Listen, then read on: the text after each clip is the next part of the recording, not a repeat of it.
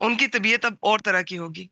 تو یہ میں یہ نہیں کہہ رہی کہ آپ ان پہ اس بات پہ ان کے قبیلوں پہ ریسرچ کریں اور غور کریں، اور میں آپ کو حکمت کی طرف توجہ دلانا چاہتی ہوں.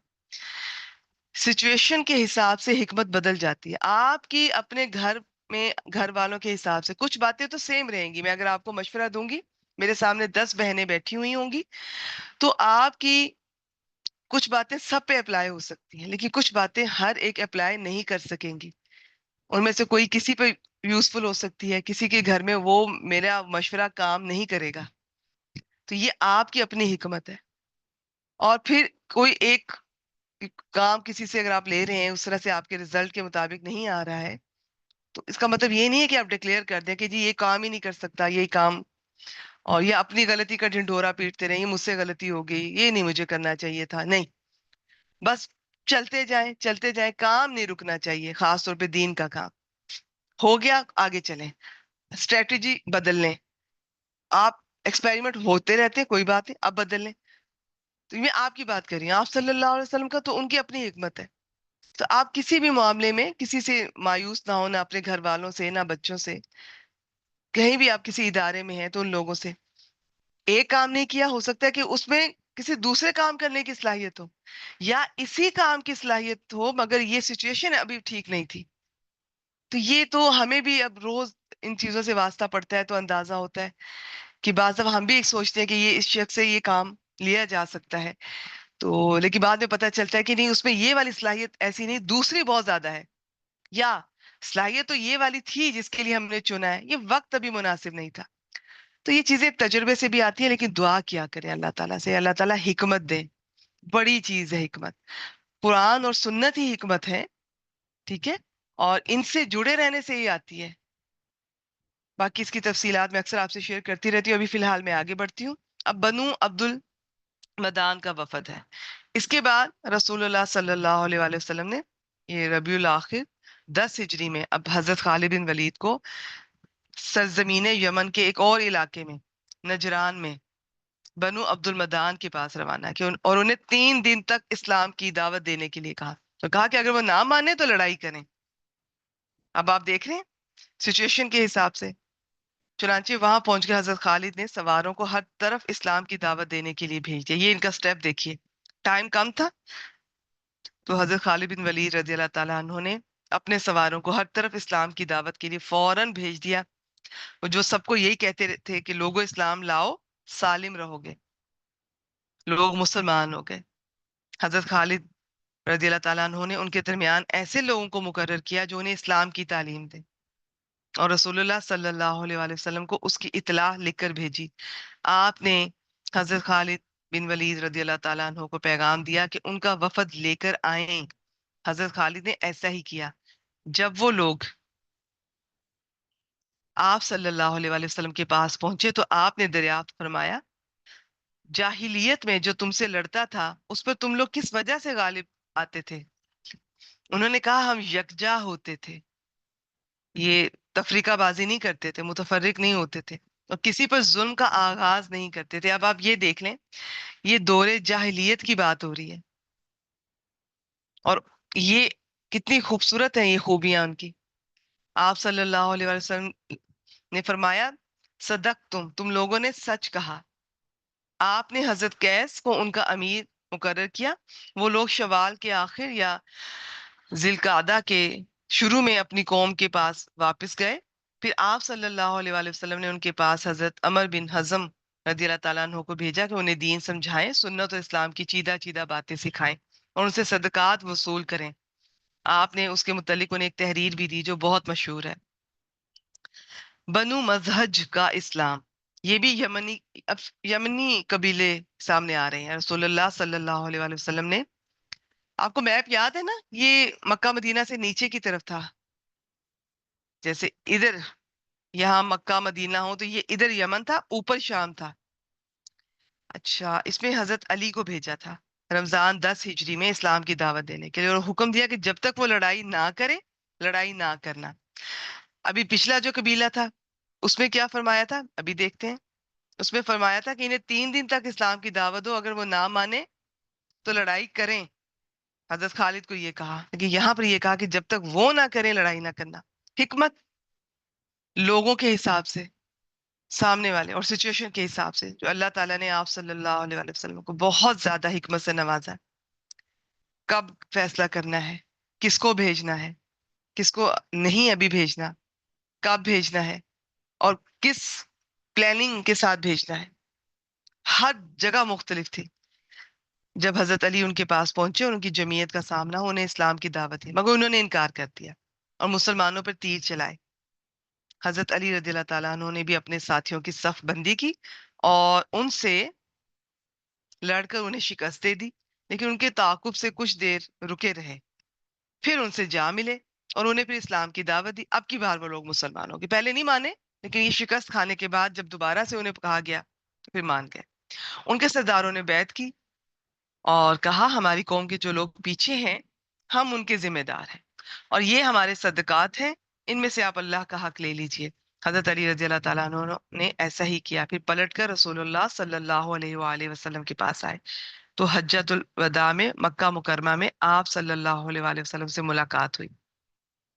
اسلام قبول کرتے ہی یہ دیکھیں آپ، صدقات اور ظاہر ہے جو دے سکتا تھا اس پہ زکوٰۃ بھی واجب ہو جاتی تھی، عشر وغیرہ جو بھی لاگو ہوتا تھا. یہ ہے جی از شنوا کا وفد. یہ بھی یمن کے یہ اطراف کا ایک مشہور قبیلہ ہے. اس کا وفد حضرت سرد بن عبداللہ رضی اللہ تعالیٰ عنہ ازدی کی قیادت میں آیا اور مسلمان ہو گیا. آپ نے حضرت سرد رضی اللہ تعالیٰ عنہ کو ان کا امیر بنایا اور حکم دیا کہ جو اسلام لا چکے ہیں ان کو ساتھ لے کر آس پاس کے اہل شرک سے لڑائی کرے. اب دیکھتے ہیں جی یہ جریر بن عبداللہ بجلی رضی اللہ تعالیٰ عنہ کی آمد اور ذوالخلصہ کا انہدام. نبی اکرم صلی اللہ علیہ وآلہ وسلم کے پاس یہ تشریف لائے. یہ مشاہیر صحابہ میں سے ہیں. ان کے قبیلے یہ بجلیہ اور ختم، یہاں پہ شاید سا سے لکھا ہے خسم کا ایک بت اور ایک بہت بڑا بت خانہ تھا جسے ذوالخلصہ کہتے ہیں. وہ خانہ کعبہ کی ہمسری برابری کرتے تھے. وہ کیا کہتے تھے؟ کعبہ کو کعبہ شامیہ کہتے اور اپنے بت خانہ کو کعبہ یمانیہ کہتے تھے. برابری پہ لائے ہوئے تھے.